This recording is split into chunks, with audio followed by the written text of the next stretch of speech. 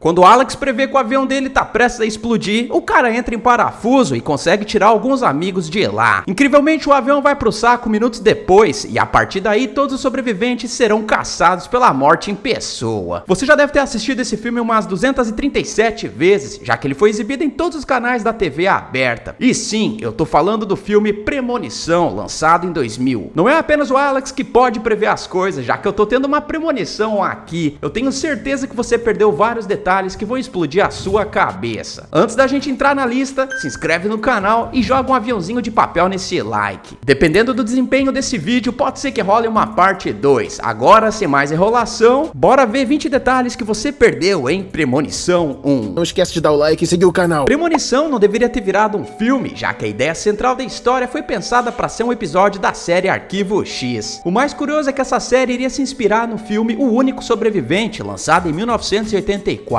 Nessa trama, uma mulher que foi a única sobrevivente de um acidente de avião passa a ser assombrada por mortos que a morte usa temporariamente como meio para matá-la e assim corrigir o plano original, que é ver essa mulher a 7 palmos debaixo da terra. Logo no começo do filme a gente vê Alex dormindo numa noite sombria. O curioso é que nessa cena o ator Devon Sawa deveria ter fingido que estava dormindo. Porém o cara realmente pegou no sono e cochilou por mais de 4 horas, o que foi ótimo para a produção aproveitar para filmar em paz. Logo depois que o avião explode, a gente vê várias notícias nos jornais comentando sobre o acidente. Como a situação vai parar nos jornais, é possível ler alguns depoimentos e ver imagens da aeronave despedaçada. O que você provavelmente não sabia é que esse material veio de um acidente de avião real, nesse caso o voo 800, que tinha destino a Nova York, que acabou explodindo em julho de 1996. Premonição não seria o título original do filme, já que o estúdio queria chamá-lo de Voo 180, exatamente o mesmo número que aparece durante os 5 filmes da franquia. O problema é que isso lembrava alguns filmes que estavam sendo lançados na época, como Con Air e Força Aérea 1. Devido a isso, a New Line decidiu colocar o título Final Destination nos Estados Unidos, que foi traduzido para Premonição aqui no Brasil. Vocês se lembram do Todd, o melhor amigo de Alex, que acaba sendo o primeiro sobrevivente a ser levado pela dona da foice? Então, o curioso é que o nome dele é escrito com apenas um D nesse filme, em vez de 2, como é tradicional no inglês. Acontece que isso não foi coincidência, já que em alemão Todd com apenas um D significa morte. Próximo a 1 hora e 9 minutos de duração do filme, a gente vê o esquentadinho do Carter dando uma cotovelada na fuça de Billy, ou pros mais chegados, o Stifler. Acontece que essa cena teve que ser colocada no filme de última hora, já que o ator Sean William Scott apareceu no set de gravação com o lábio machucado. Para justificar isso na história, a equipe de maquiagem adicionou o sangue que a gente vê saindo da boca dele após ter sido golpeado pelo amigo.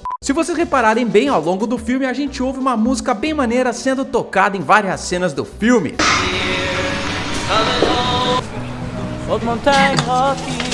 Trata-se de Rocky Mountain High, cantada pelo grande John Denver, que olha só, infelizmente acabou falecendo em um acidente de avião. Na primeira versão do roteiro, os 7 sobreviventes seriam pessoas completamente desconhecidas, porém, dada a alta popularidade dos filmes de slasher na época, como Pânico, Eu Sei O Que Vocês Fizeram no Verão Passado e Lenda Urbana, os roteiristas decidiram que os personagens seriam estudantes do ensino médio que frequentavam a mesma escola. Pra quem é mais antigo aqui no canal, sabe que eu já trouxe a saga Pânico no Lago e seus 7 filmes no quadro Como Derrotar, onde eu mostro o que os personagens poderiam ter feito para sobreviver aos ataques dos crocodilos. Então, mais pro final do filme, a gente descobre que Clear tem uma cabana no meio do mato, onde Alex decide se esconder da dona da foice. Se você não reparou, essa é a mesma cabana que aparece lá no primeiro filme de Pânico no Lago, lançado em 1999. Será que veríamos Alex sendo devorado por um crocodilo em alguma versão do roteiro?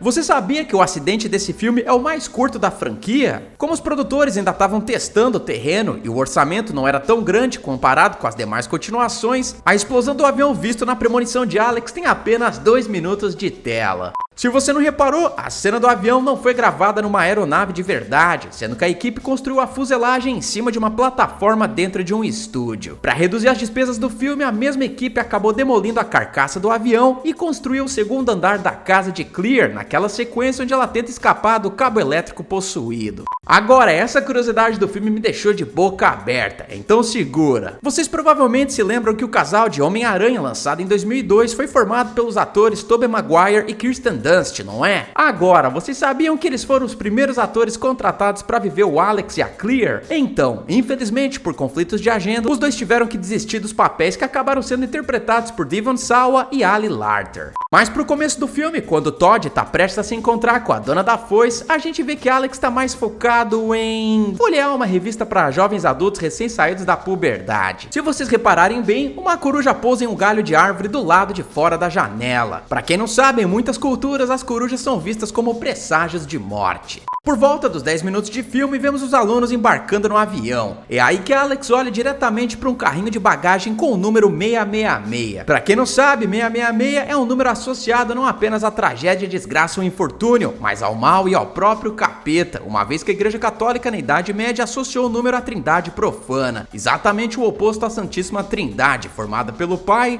Filho e Espírito Santo. Considerando seu amplo conhecimento sobre como a morte opera, muitos fãs teorizaram que William Bloodworth é a personificação humana da entidade, ou pelo menos algum tipo de representante dela. No entanto, Tony Todd, o ator que interpreta Bloodworth, e os próprios produtores de Premonição negaram que isso seja verdade. Segundo declarações oficiais, Bloodworth é um ser humano sem nenhuma conexão conhecida com a própria morte. Eu não sei não, mas algo me diz que isso será mudado em Premonição 6, que chega aos cinemas no ano que vem e que conta com o ator Tony Todd de volta ao papel. No final do filme, a gente vê os 3 sobreviventes curtindo uma bebida nas ruas de Paris. Alex percebe que a morte ainda não terminou o trabalho dela, e é nessa mesma hora que uma placa se desprende e quase acerta o protagonista. O número que tá na placa é 081, que lendo ao contrário fica 180, o mesmo número do voo onde os 3 deveriam ter morrido originalmente. Quando Alex faz o check-in por volta de 7 minutos de filme, a etiqueta que é colocada na bagagem dele diz Final Destination, basicamente uma piada com o título original do filme. Na cena onde Alex e Clear vão visitar Bloodworth no cemitério, ele aparece em cena pedindo que eles façam silêncio, caso contrário vão acordar os mortos.